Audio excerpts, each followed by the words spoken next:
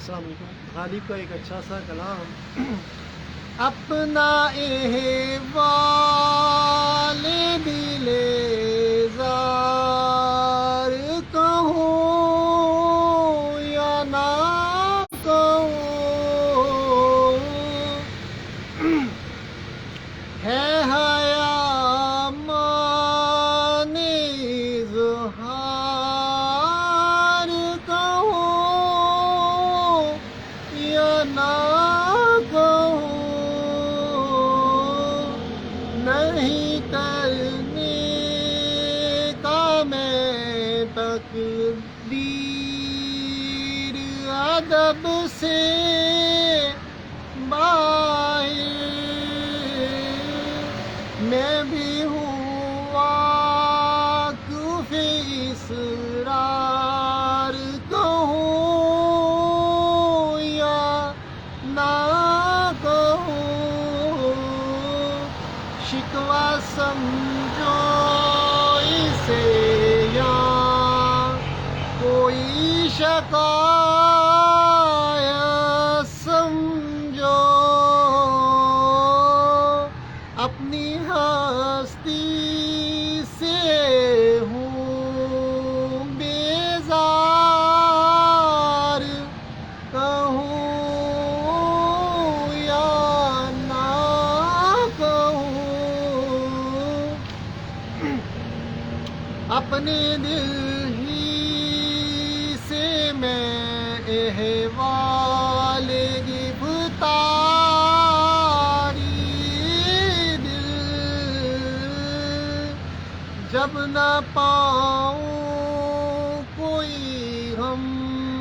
خوار کہوں یا نہ کہوں، جب نہ پاؤں کوئی ہم خوار کہوں یا نہ کہوں، دل کے ہاتھوں سے کہ ہے دشمن جانی اپنا، ہوں ایک آفت میں گرفتار کہوں یا نہ کہوں، میں تو دیوانہ ہوں اور ایک جہاں ہے غماز،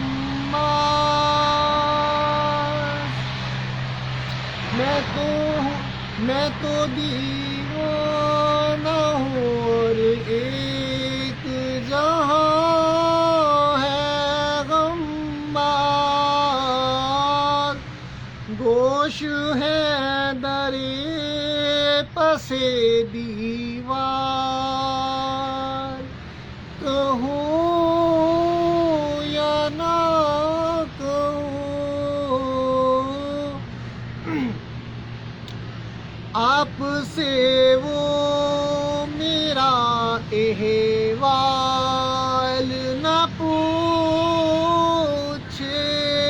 غالب، حسب حال اپنے پھر اشعار کہوں یا نہ کہوں۔ یہ غالب کا آج کا کلام ہے، اور اس میں غالب نے ایک طرف تھا کہ جہاں دی ہوئی اسی کی ہے، حق تو یہ ہے کہ ادا نہ ہوا۔ غالب ایک غزل میں یہ بھی کہتے ہیں کہ عشق کے میدان میں جب وہ نیا نیا اترا اور بعد میں تکالیف آئیں تو کہتے ہیں کوئی نہیں، میری جان بھی چلی جاتی تو خیر ہے، حق تو ادا نہ ہوا۔ اب اس شعر میں یہ تو بڑی انتہائی سیریس کیفیت میں غالب جا چکے ہیں کہ غالب اب خود سے بیزار ہو گیا، اور یہ ایک حقیقت ہے کہ خود کی ہستی مٹا کے ہی اس کا نام کیا ہے محبوبہ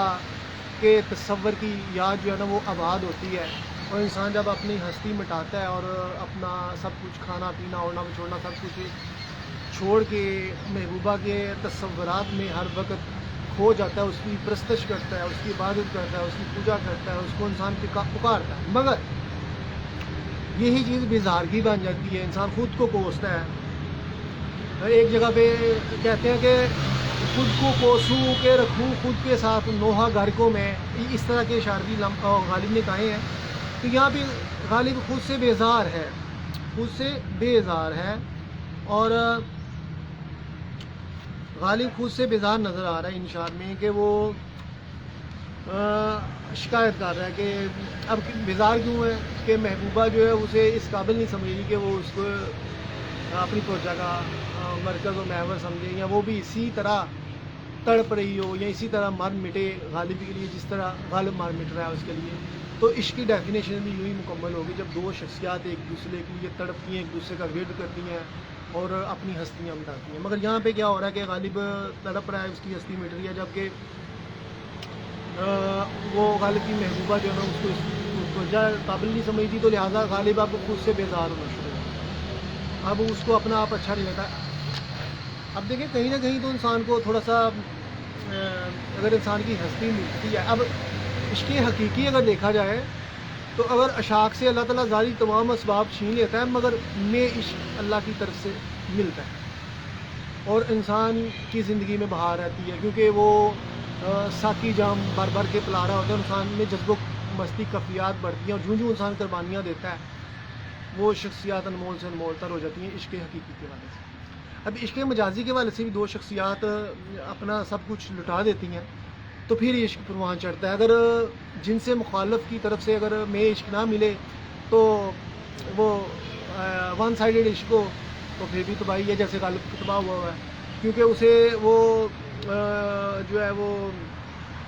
محبوبہ کی پیار بڑی نگاہیں نہیں مل رہی، تو غالب اب وہ خود سے بیزار ہو رہا ہے۔ اور یہی نہیں ہے کہ اپنے دل سے بھی بیزار ہے اور اپنے دل کو بھی کوس رہا ہے کہ دل تو میرا ہے نا، دل تو میرا ہے مگر قبضہ کسی اور کا ہے۔ اب غالب کو یہ چیز بری لگ رہی ہے اور اسی چیز کا حوال غالب کے بیان کر رہے ہیں کہ دل کے ہاتھوں وہ مجبور ہے، اور اسی لیے وہ عجیب عجیب حرکتیں کرتا غالب نظر آتا ہے، کہیں نہ کہیں کوئی نہ کوئی عجیب افسانے اس طرح آشنا ہوتے ہیں، کہیں نہ کہیں کوئی چیزیں بیان کر رہا ہوتا ہے، جبکہ اس کی محبوبہ سمجھتی ہے کہ یہ مجھے بدنام کر رہا ہے، جبکہ غالب جو ہے وہ تو اس کی ہستی مٹی ہوئی ہے، تو وہ تو اس کی اس قدر ہستی مٹی ہوئی ہے کہ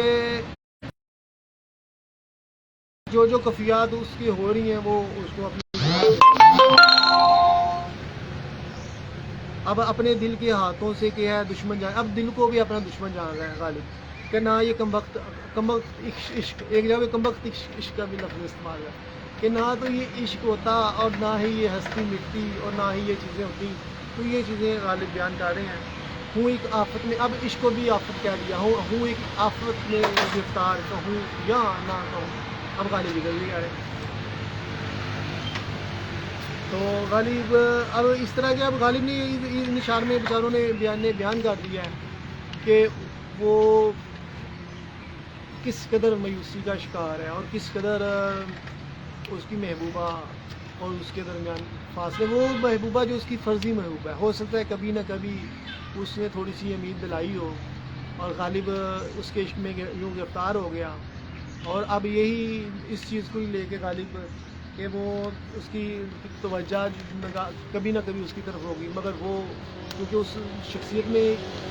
وہ عشق کی تڑپ، وہ عشق کے مقامات، وہ رموز و کاف، جذب و مستی کفیات نہیں ہے، تو لہٰذا غالب کی ہستی تباہ ہوگی۔ یہ ایک فرضی افسانے غالب نے، میں اکثر بیان کر رہا ہوں تراشی ہو گیا، یہ غالب کی حقیقی زندگی اس کے برعکس تھی، اس کی شادی تو بیچارے کی 18 سال کی عمر میں ہو گئی تھی، تو لہٰذا یہ جو فرضی میرے خیال سے غالب نے افسانے تراشے ہوئے ہیں، تو اب کیا کیا جا سکتا ہے، غالب کی جو تخیل آیا تھا، غالب نے جو تخیل تھا تو اور افسانے تراشے ہیں، پتہ نہیں کس کی اداس نہ آئے واللہ، مگر مجھے ہنسی آ رہی ہے، تو لہٰذا ایک مگر غالب کی عشق میں پکیزگی ہے، حوث کا پجاری نہیں ہے، خواہش نفس کا شکار نہیں ہے، بد کردار نہیں نظر آتا اپنی شاعری میں، جیسے کیونکہ غالب کی محبوبہ اس سے کوسوں دور ہے اور وہ اسی کے لیے مرے جا رہا ہے. مگر آج کل کے دور میں تو اللہ معاف کرے لوگ اپنی بیویوں کو سراسری ناراضگی پہ ڈیورس دے دیتی ہیں یا بیویاں مار رہی ہیں شوہر کو, اور جیسے خبریں روز آ رہی ہوتی ہیں اس طرح مرد جو ہیں وہ قتل و غارت کی داستانیں رقم کر رہے ہیں اور اس طرح بہت ساری عجیب چیز داستانیں آج عشق کو بدنام کر دیا گیا. تو لہٰذا غالب کا کلام میں اس لیے پڑھتا ہوں کہ عشق مجازی کا جو حقیقی تصور غالب نے دیا ہے وہ دوبارہ اجاگر کیا جائے کہ پاکیزگی یا کرنگی اور قربانیوں سے ہی عشق ممکن ہے, اور جتنے بھی خواہش نفس کے شکار ہیں وہ عشق نہیں ہیں. اگر چاہے وقتی طور پہ جتنے بھی ہیں آج کل جتنی بھی چاہے ڈرامہ سٹوریز بن رہی ہیں, فلمز بن رہی ہیں, چاہے عام معاشرے کا جو ٹرینڈ سیٹ ہو چکا ہے, یہ وقتی طور پہ ایک دوسرے سے متاثر ہوتے ہیں, مگر ان میں دوریاں مستقل طور پہ ہوتی ہیں جب یہ لوگ بار بار اپنی چوائسیز بدلتے ہیں یا بار بار غلط قسم کی حرکات میں اگر نعوذ باللہ کوئی استغفر اللہ اپنی ہستی مٹاتے ہیں تو یہ پھر ان کے لیے تباہی ہے اور کبھی بھی وہ شاخ کی صف میں کھڑے نہیں ہو سکتے. تو لہٰذا پاکیزگی یک رنگی ہی اولین اہمیت رکھتی ہے عشق میں, اور جہاں تک یہی نہیں ہے کردار کی خوبصورتی ختم ہونے سے انسان کی صلاحیتیں بھی اللہ تعالیٰ چھین لیتا ہے. اللہ تعالیٰ کی ذات پاک انسان کی زبان سے تاثیر چھین لیتا ہے. اللہ تعالیٰ انسان کی ہستی کو مٹا دیتا ہے جو عشق حقیقی کی وجہ سے جعلی دعوے دار ہو, عشق مجازی کی وجہ سے جعلی دعوے دار ہو. اور یوں آج دیکھیں خاندانی نظام تباہ ہوتے نظر آ رہے ہیں, حتیٰ کہ خونی رشتے بھی جو ہے وہ کردار کی خوبصورتی نہ ہونے کے لیے ختم ہو گئے. تو لہٰذا جہاں پہ کردار مردہ ہوتے ہیں تو وہاں عشق دعوے ہونے سے ہمیں بیوقوف نہیں بننا چاہیے, بلکہ ہمیں یہ دیکھنا چاہیے کہ کردار کہاں پہ زندہ ہیں, وہیں پہ حقیقی معنوں میں رشتوں کا توازن بھی قائم رہتا ہے, وہیں پہ حقیقی معنوں میں عشق بھی پروان کرتا ہے. ورنہ فرضی دنیا میں تو آپ وہ کام سوچ سکتے ہیں جو اس کا نام کیا حقیقت سے جس کا کوئی تعلق نہیں ہوتا. تو اب آپ سے اجازت چاہیں گے تو آپ